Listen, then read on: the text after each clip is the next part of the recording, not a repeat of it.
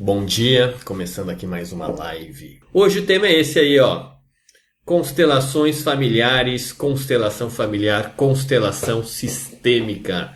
Existem vários nomes para uma mesma prática, né? Algo que foi criado aí pelo alemão Bert Hellinger, que está com seus quase 90 anos vivendo lá na Alemanha e hoje o trabalho de constelação ele está tendo continuidade com a esposa dele, a Sophie Hellinger, de constelação familiar, que não tem nada a ver com astrologia, não tem nada a ver com os astros, apesar desse nome. Muita gente acha, isso daí tem a ver com astrologia, não é minha praia. Não, né? Vamos acabar com esse pressuposto de que constelação tem a ver com astrologia, não tem nada a ver. É apenas um nome que foi traduzido, na verdade, para o inglês, depois para o português, como constelação familiar, mas não tem nada a ver com astrologia. Mas tem tudo a ver com relacionamentos. Sobre a forma com que nós nos relacionamos conosco mesmo, com o outro e também com as pessoas que fazem parte do nosso sistema familiar ou da nossa sociedade. Enfim, constelação familiar tem muito a ver com relacionamento. Afinal, o que é constelação familiar? É um trabalho filosófico e terapêutico, filosófico com fins terapêuticos, né, com resultados terapêuticos, que foi desenvolvido pelo alemão Bert Hellinger. E quem é, na verdade, ele não morreu, quem é Bert Hellinger? Ele é um alemão, foi um missionário católico, trabalhou como missionário católico lá na África, numa tribo Zulu. Tem formação em diversas linhas terapêuticas, neurolinguística, hipnose, psicoterapia, enfim, ele tem diversas formações. E o que ele percebeu? Quando ele estava nessa tribo, ele percebeu que certos comportamentos, certas atitudes que essa tribo tinha, mantinham a harmonia da tribo, dos relacionamentos da tribo. Então ele acabou desenvolvendo, baseado também num outro trabalho que já existia de uma certa forma, constelações familiares, o psicodrama é um pouco parecido. Ele desenvolveu esse trabalho e ele percebeu que quando uma pessoa se coloca na posição de uma outra pessoa, mesmo que ela não conheça essa pessoa, existe um campo que ele chama de campo energético que conecta essas duas pessoas. Então, quando existe essa intenção de você se colocar realmente no lugar de alguém, de uma outra pessoa, num campo, você começa a ter sentimentos, sensações, talvez até pensamentos dessa pessoa que está sendo representada. E ele colocou isso num trabalho e ele percebeu que quando colocam-se essas pessoas, começa a acontecer uma dinâmica. E essa dinâmica revela muito do que está acontecendo nesse sistema familiar dessa pessoa que está sendo trabalhada. E o que é um sistema familiar? O sistema é um conjunto, é um grupo de pessoas que estão conectadas. E, por exemplo, quem faz parte de um sistema na família? O filho, o pai, a mãe, os tios, as tias, os avós e qualquer pessoa, de uma certa forma, que influencie o andamento dessas relações. Então, por exemplo, num relacionamento de família, no sistema familiar, até mesmo os antigos parceiros de qualquer uma dessas pessoas fazem parte desse sistema. Amantes também fazem parte do sistema. Porque estamos todos, de uma certa forma, conectados. E todos influenciando o comportamento, os sentimentos, essa sensação de um e de outro. E o Bert Hellinger, esse trabalho de constelação familiar, ele vem se desenvolvendo ao longo dos tempos. Hoje existem algumas linhas que até se afastam um pouquinho da linha do Bert Hellinger, tá? Existem constelações estruturais, constelações... o Hellinger chama dele de constelações fenomenológicas, que utiliza muito o conceito da fenomenologia, de você acompanhar os fenômenos que se apresentam. E eu gosto muito, eu me formei nessa linha fenomenológica, já fiz um curso de estrutural. A estrutural ele segue um padrão, uma estrutura. E o Hellinger critica as constelações estruturais que vieram depois, né?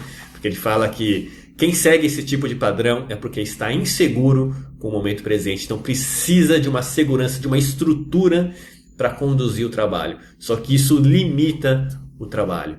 Por isso que ele segue muito a fenomenologia, de você estar presente com aquilo que acontece. Por isso é um trabalho muito também filosófico, de você fluir com aquilo que a constelação, que o sistema da pessoa mostra. Quem tem uma pergunta aqui da Daniela Cis, que na verdade foi quem sugeriu o tema de constelação. Muito obrigado pela sugestão, Dani.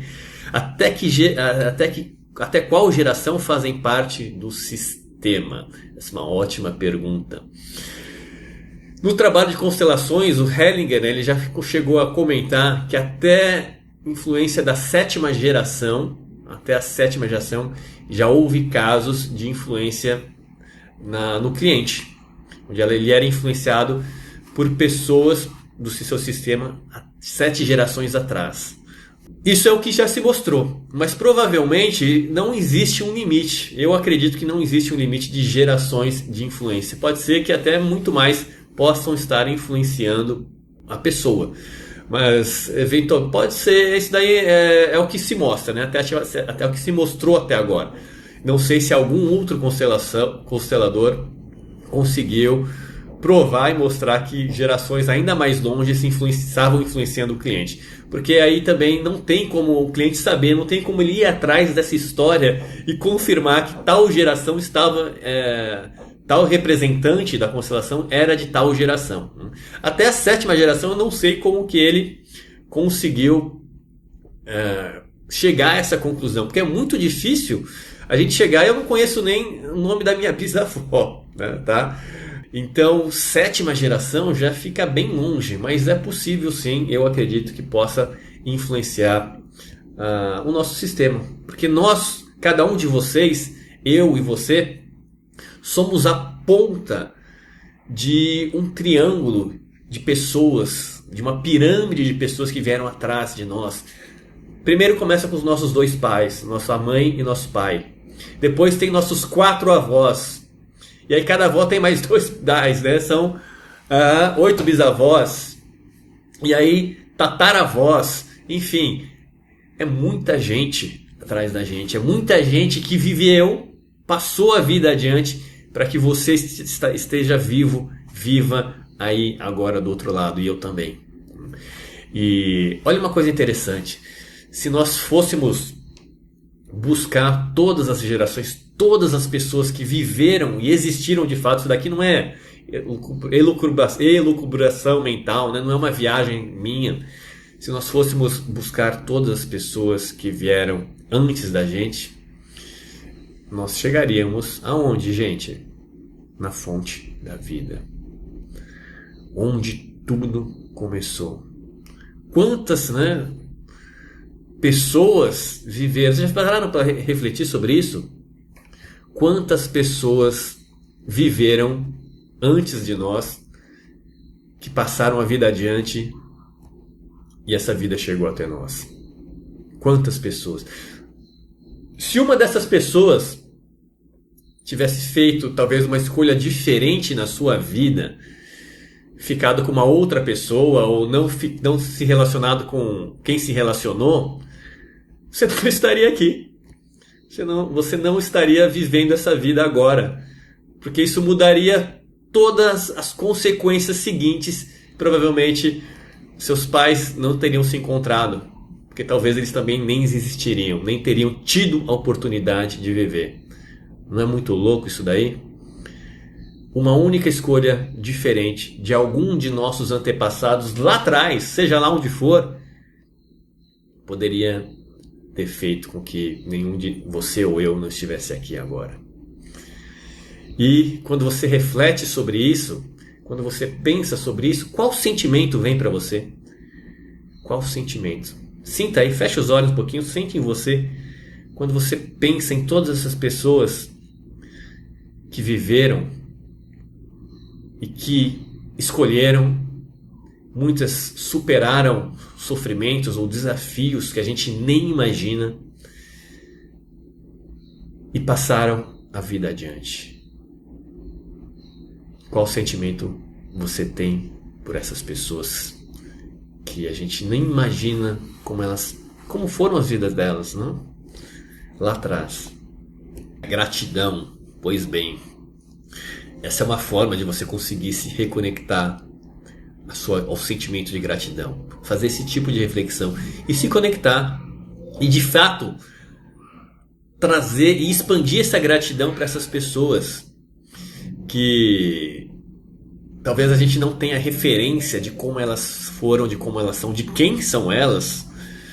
Mas o fato é, elas existiram. Elas viveram as suas vidas. Elas superaram muitos desafios para que você possa estar aqui vivo, viva agora. E esse sentimento é muito bom, né? Esse sentimento é gostoso de saber que todas essas pessoas viveram e puderam passar a vida adiante. E uma forma de honrar essas pessoas é você sendo feliz. É você manifestando o seu melhor. Muitas vezes fazendo na sua vida aquilo que essas pessoas não tiveram oportunidade de fazer, seja lá por qual motivo. E é assim que você quebra um padrão sistêmico, um padrão familiar. Você faz algo diferente que nenhum antepassado seu já fez ou já conseguiu fazer, mas você não faz porque você é melhor do que essas pessoas, porque você é melhor do que eles. Você faz porque você quer honrar e homenagear eles. Você obtém o sucesso para homenagear essas pessoas. E aí você ganha a força você ganha o apoio dessas pessoas para que você realmente alcance aquilo que você deseja. Então esse é um ponto do trabalho de constelações familiares que eu gosto muito, de você entrar em harmonia com seus antepassados, você entrar em harmonia com a sua família, com o seu sistema familiar. E o que o Bert Hellinger descobriu através desse trabalho? Que existem 3 leis que ele chama de ordens do amor que influencia todo o relacionamento. Todos os relacionamentos são influenciáveis por essas 3 leis. Querem saber quais são essas leis? A primeira lei, a primeira ordem do amor, que ele percebeu, não foi ele que criou, é algo que ele percebeu que veio do trabalho de constelações familiares. A primeira ordem é a ordem. Ele percebeu que quem vem primeiro tem precedência sobre quem vem depois. O que isso significa? Por exemplo, uma fila. Está se formando uma fila. A pessoa que está no começo da fila chegou primeiro. Depois, cada pessoa que foi chegando foi entrando na fila. Então existe uma ordem de chegada nessa fila. Agora perceba o que acontece se alguém que chegou depois quer entrar ou entra no meio ou antes de alguém que já estava lá. Qual o sentimento que fica para as pessoas que estão na fila? Se fosse você que estava na fila e alguém entra na sua frente e veio depois, como você se sente? Que desrespeito, né? Indignação, ficaria revoltada, é um desconforto, é um incômodo, né? Como essa pessoa vem e fura a fila, entra antes, se eu já estava, se eu cheguei primeiro. E é justamente isso que acontece também nos outros relacionamentos. Existe uma ordem de chegada, por exemplo, na vida. Quem chegou primeiro na vida antes de você? Foram seus avós, depois vieram seus pais, depois veio você. Então existe uma ordem natural na vida de chegada também. Isso coloca as pessoas no sistema familiar numa hierarquia natural. Os pais estão acima dos filhos e os avós estão acima dos pais e dos filhos. Existe também uma ordem nos irmãos. Existe o irmão que chegou primeiro, o irmão mais velho. Existe o irmão do meio. Existe o irmão caçula. E nesse sentido, nessa ordem, a vida flui em apenas uma direção. É como um rio que está indo em direção ao mar. A vida flui em uma única direção. Vem lá de trás dos nossos antepassados e foi fluindo até chegar a nós. Okay? E quando um filho muitas vezes age ou se acha melhor que os pais, ele está querendo furar essa fila. Ele está querendo se colocar acima, hierarquicamente, de alguém que não é do seu direito. Não é do direito da criança estar acima dos pais ou dos avós. E o que acontece? Essa criança começa a se auto-sabotar. Para quê? Para que ela volte no seu lugar. E os pais que permitem que essa criança se comporte ou tenha atitudes acima dele, como se a criança fosse maior que os pais, eles também se sentem fracos. E aí enfraquecem a própria criança que está... É todo um emaranhamento que acontece. Então o primeiro ponto é você colocar e tomar consciência de qual o seu lugar na sua família. E qual lugar você está no seu lugar com relação aos seus pais. Você se encontra no seu lugar de filho ou de filha? Com relação ao seu filho ou à sua filha, você se encontra no lugar de mãe ou de pai? Com relação aos seus netos, você se encontra no lugar de avó e de avô? Então é muito importante você assumir o seu lugar. Isso vem de dentro para fora. Fala, eu assumo com relação à minha filha o meu papel de pai. Eu sou o pai, ela é a filha. E assim, só o fato de você falar isso, você já coloca, se coloca no lugar. E quando você ocupa o seu lugar, nenhuma outra pessoa pode ocupar. Isso pode fazer com que a outra pessoa que queria ocupar o seu lugar, que não é direito dela, se sinta também desconfortável. Pode acontecer. Principalmente se a pessoa já está acostumada a trocar e inverter papéis. Tá bom?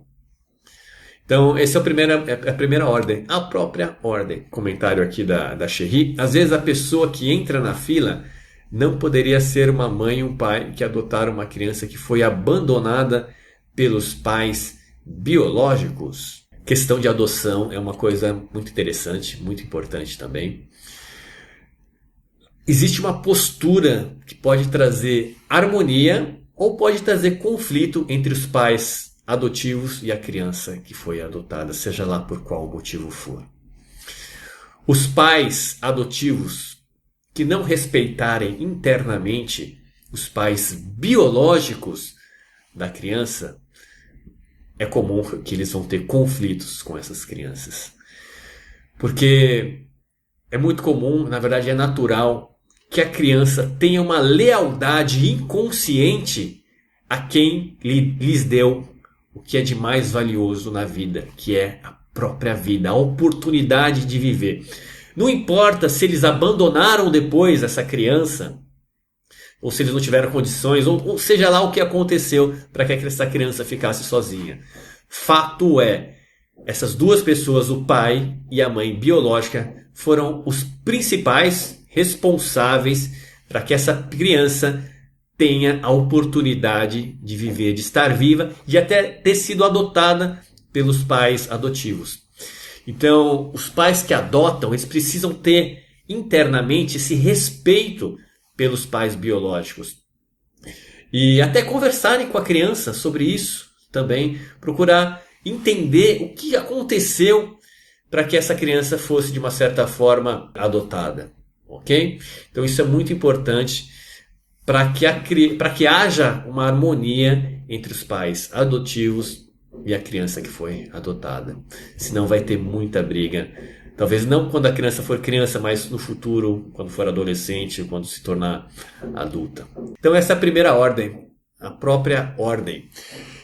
A segunda lei do amor, ordem do amor, que o Hellinger fala, é o equilíbrio. O equilíbrio entre o dar e o equilíbrio entre o receber. E como que eu explico a questão do equilíbrio?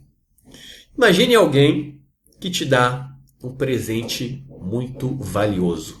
Te dá um carro, te dá uma Mercedes, Alguém te dá uma Mercedes. Como que você iria se sentir? Você se sente com vontade de retribuir, né? Muitas vezes, na verdade, quem dá, imagine duas pessoas que não são parentes, estão no mesmo nível. Quando uma pessoa dá algo para essa outra pessoa, ela se coloca acima dela, porque ela deu algo. E essa pessoa que está aqui embaixo, ela sente uma pressão de retribuir isso que recebeu. Porque aqui, ó, imagine que existe uma conexão, uma ligação. Quando acontece isso, existe uma tensão no relacionamento.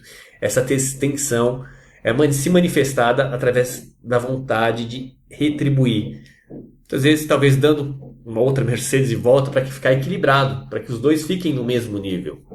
E se essa pessoa deu um Mercedes, depois ela dá mais alguma outra coisa, sei lá, pagou uma viagem, pum, essa tensão aumenta, isso daí vai aumentando. Se essa pessoa aqui de cima não der a oportunidade dessa pessoa de baixo retribuir e equiparar o nível, é comum que haja conflito também entre essas duas pessoas. Isso se vê muito no relacionamento de casal. Seja no relacionamento de casal heterossexual ou homoafetivo. Se um parceiro só dá e o outro só toma, só recebe, na verdade eles não estão no relacionamento afetivo de casal. Sabe que tipo de relacionamento que eles estão? No relacionamento de pai e filho, ou filha de mãe e filho ou filha. Porque essa lei do dar e receber, ela não se aplica aos pais. Primeiro vem a ordem natural da vida. Por que essa lei do dar e receber não se aplica na relação entre filhos e pais? E também se aplica a relação entre alunos e professores. Por quê? Porque os pais já deram algo tão grande, mas tão valioso, que é impossível retribuir de volta para eles. O que é esse algo? É a vida. É justamente a oportunidade de viver. O que você faz com a vida que você recebeu dos seus pais, que é algo tão valioso? Como você pode fazer com que isso seja não retribuído para eles? Você passa ela adiante. Não necessariamente tendo um filho ou uma filha, mas você passa a vida adiante através da manifestação de você, da sua essência, do seu melhor, das suas atitudes com as outras pessoas que convivem com você. Essa é uma forma de passar a vida adiante. E aí, seus pais se sentem felizes internamente com isso, quando você passa a vida adiante. Mas no relacionamento de casal é importante que haja esse equilíbrio entre o dar e receber. Uma pessoa dá algo para alguém, ele se sente superior, existe uma tensão no relacionamento. Essa pessoa, por amar a outra, retribui, dá algo.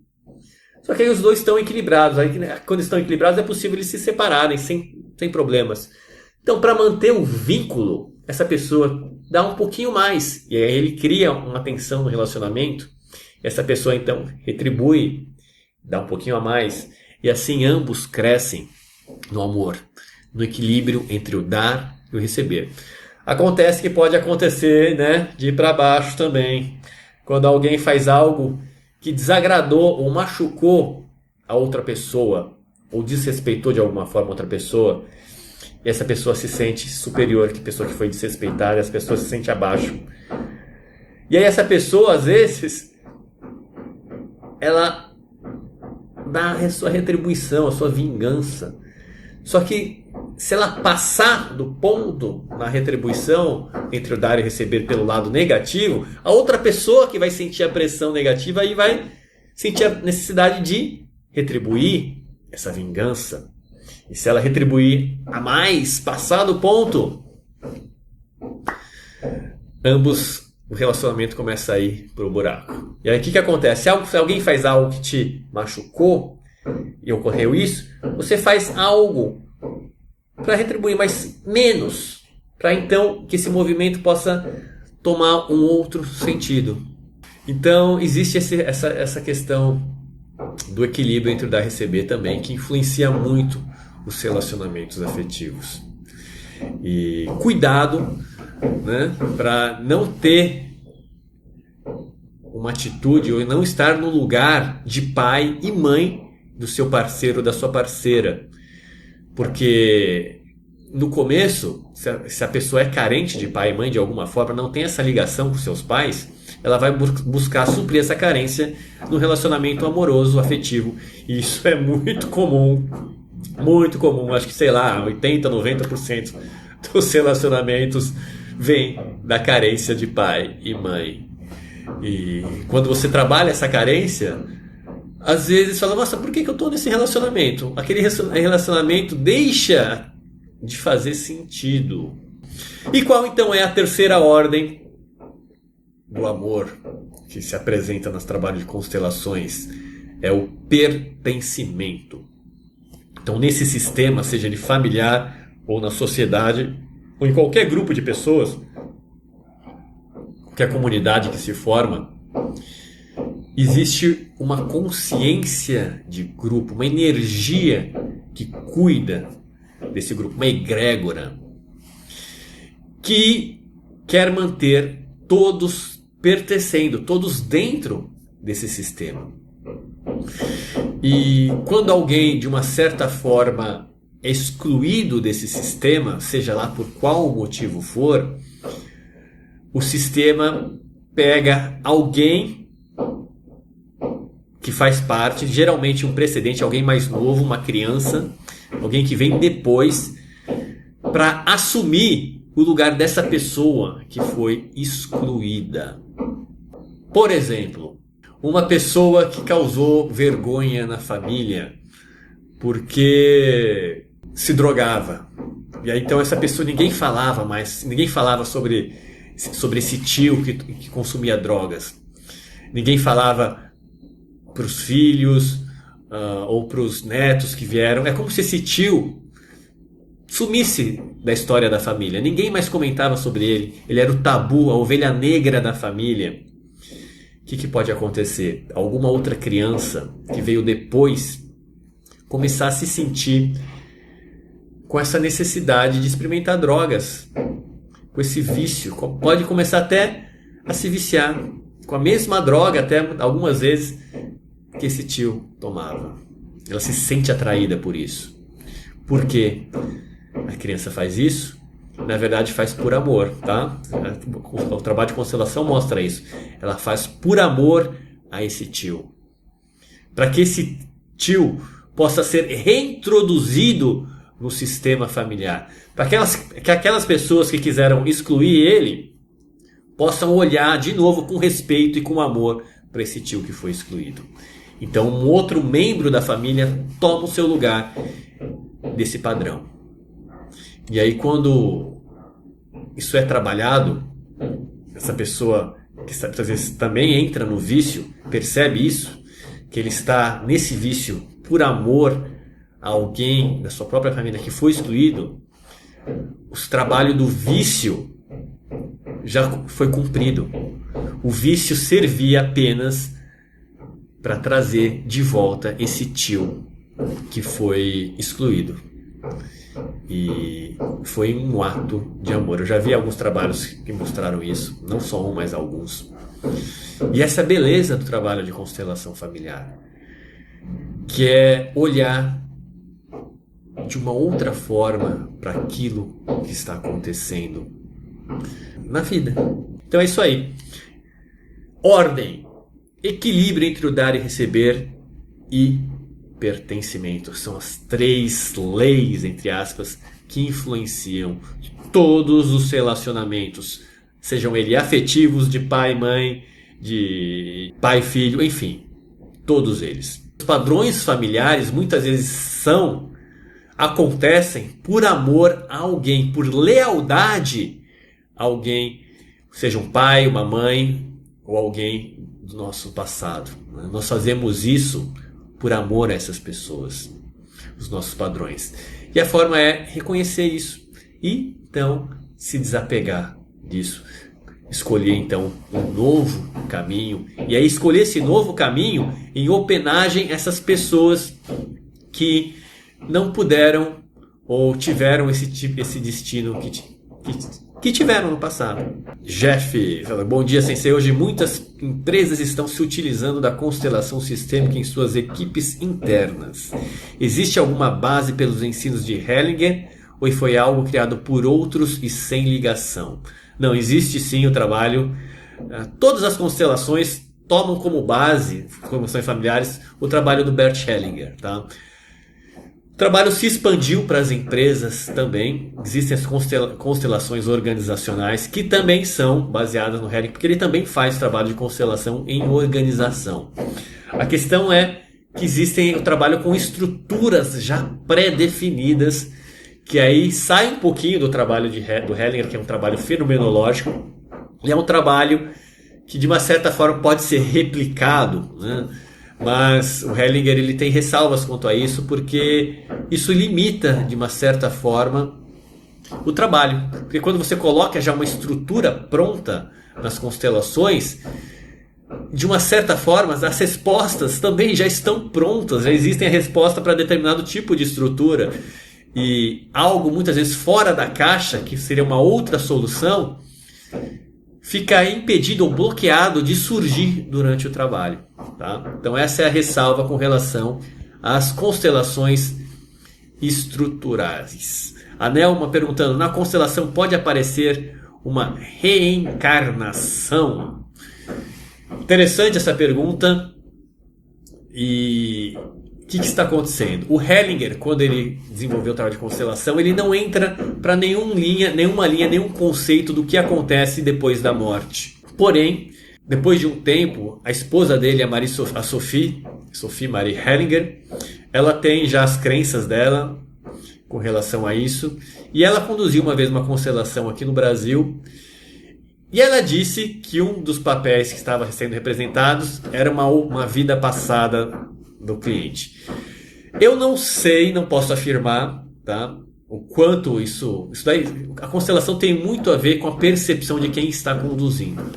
E ela afirmar que foi uma reencarnação ou foi uma vida passada do cliente, eu acho que é colocar um pouquinho do que ela acredita no trabalho do cliente, tá? E eu percebo que eu não agiria dessa forma. Eu não rotularia como sendo uma vida passada. Porque, na verdade, não é preciso saber. Não é preciso que você interprete conscientemente ou racionalmente quem é aquela pessoa que está sendo representada. É pai, nem saber se é pai ou se é mãe.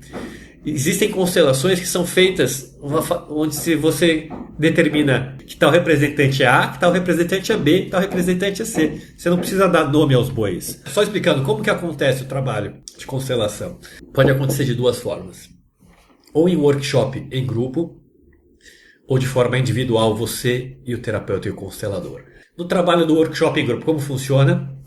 Existem as pessoas que vêm trabalhar um tema, que são os clientes.